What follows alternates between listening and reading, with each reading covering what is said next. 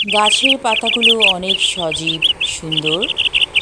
নতুন পাতা গজিয়েছে গাছে। ঠিক এমনি করে প্রকৃতিতে গাছে গাছে নতুন পাতা গজায়।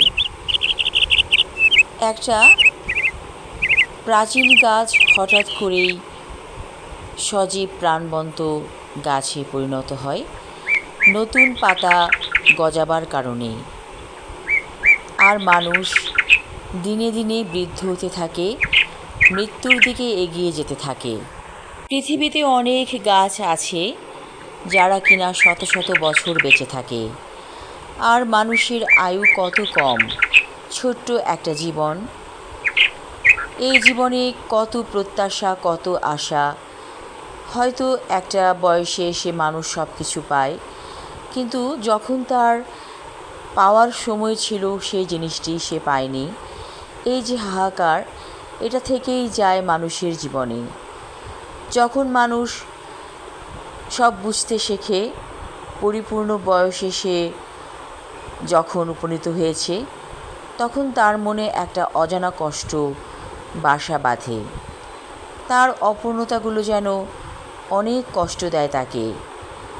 যে জিনিসটা একসময় পাওয়ার কথা ছিল সেটা সে পেয়েছে অনেক বছর পরে, কিন্তু কী লাভ হলো? সময় তো চলে গেছে।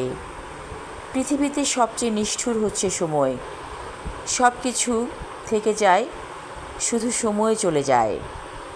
এক সময় দুয়ারে পালকে এসে দাঁড়াবে। চলে যেতে হবে মানুষকে, যেতেই হবে। চিরচেনা বাড়িঘর, বিছানা সব কিছু ছেড়ে সে চলে যায় অজানা দেশে। যেই দেশের কথা আমরা শুনেছি, জেনেছি, বিশ্বাস করেছি, কিন্তু আমরা তো দেখিনি, কিন্তু সেখানেই আমাদের যেতে হবে। আমাদের চিরস্থায়ী ঠিকানা সেটাই। তারপরেও আমরা মানুষেরা বুঝিও না বুঝার ভান করি। চোখের সামনে যে এত মানুষ চলে যাচ্ছে পৃথিবী ছেড়ে, আমরাও যাব, সেটা যেন বুঝতেই চাই না। কার সময় ঘনিয়ে এসেছে, কে কখন আমরা চলে যাব, তার কোনো ঠিক নেই। এভাবেই পৃথিবীতে মানুষ আসছে যাচ্ছে, আসা আর যাওয়া, এটাই একটা চক্র। এই চক্র চলছে এবং চলতেই থাকবে। আজমল হোসেন শুয়ে আছে বিছানায়। সে দেখতে পাচ্ছে কিছু মানুষ প্রবেশ করল তার বাসায়। সে ধীরে ধীরে কাছে আসলো। তাদেরকে সে চিনতে পারল। এরা সবাই মারা গেছে, কিন্তু তার কাছে এসেছে, তার বাসায় এসেছে। ফিসফিস করে কী যেন বলছে। আজমল হোসেন বেশ অনেক দিন ধরেই অসুস্থ। ডাক্তার তার বড় ছেলেকে ফিসফিস করে কী যেন বলেছে, কিন্তু ছেলে বাবাকে সে কথা জানায়নি। ছেলে আর ছেলের বউ আজমল হোসেনকে যেন অতিরিক্ত যত্ন করছে, ব্যাপারটা তিনি খেয়াল করছেন। মানুষগুলোকে তিনি জিজ্ঞেস করলেন, তোমরা কেন এসেছো? তাদের মধ্য থেকে একজন বলল, তুমি রবিবার দিন মারা যাবে। তারপর মানুষগুলো আর নেই, যেন সবাই বাতাসে মিলিয়ে গেল। উনি মন খারাপ করে রুমে আসলেন এবং বিছানায় শুয়ে থাকলেন। চোখটা হালকা বন্ধ করেছেন। এমন সময় উনি দেখতে পেলেন অনেক মানুষ বাড়িতে রান্না বান্না হচ্ছে। সবার মুখগুলো থমথমে, কেউ কাঁদছে। বড় একটা সাদা গরু আনা হয়েছে, এটাকে রান্না করা হবে। ছেলের বউ সীমা এসে বলল, বাবা নাস্তা এনেছি, উঠে বসেন। আজমল হোসেন চোখ খুললেন এবং তিনি বললেন, আমি রবিবারে মারা যাব।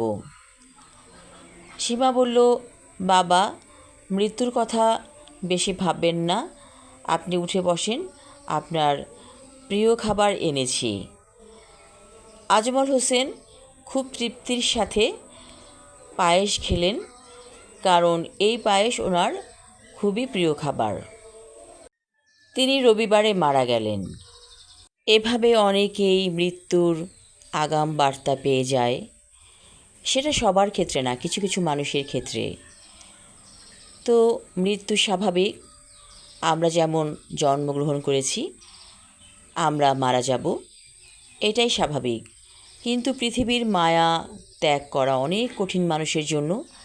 তাই আল্লাহ তাআলা মানুষকে নিয়ে যান এমনভাবে যে মানুষ কিছু বুঝতেই পারে না। এটাই জীবন। তাই আমরা যতদিন বেঁচে থাকব, যদিও আমরা জানি না আমরা কতদিন আছি, তারপরেও প্রতিটা মুহূর্তকে আমরা কাজে লাগাবো। কারণ সময় বড় নিষ্ঠুর, সে চলে যায়। পৃথিবীর জীবনটাকে ভালোভাবে উপভোগ করার জন্য আমাদেরকে ভালো ভালো কাজ করতে হবে।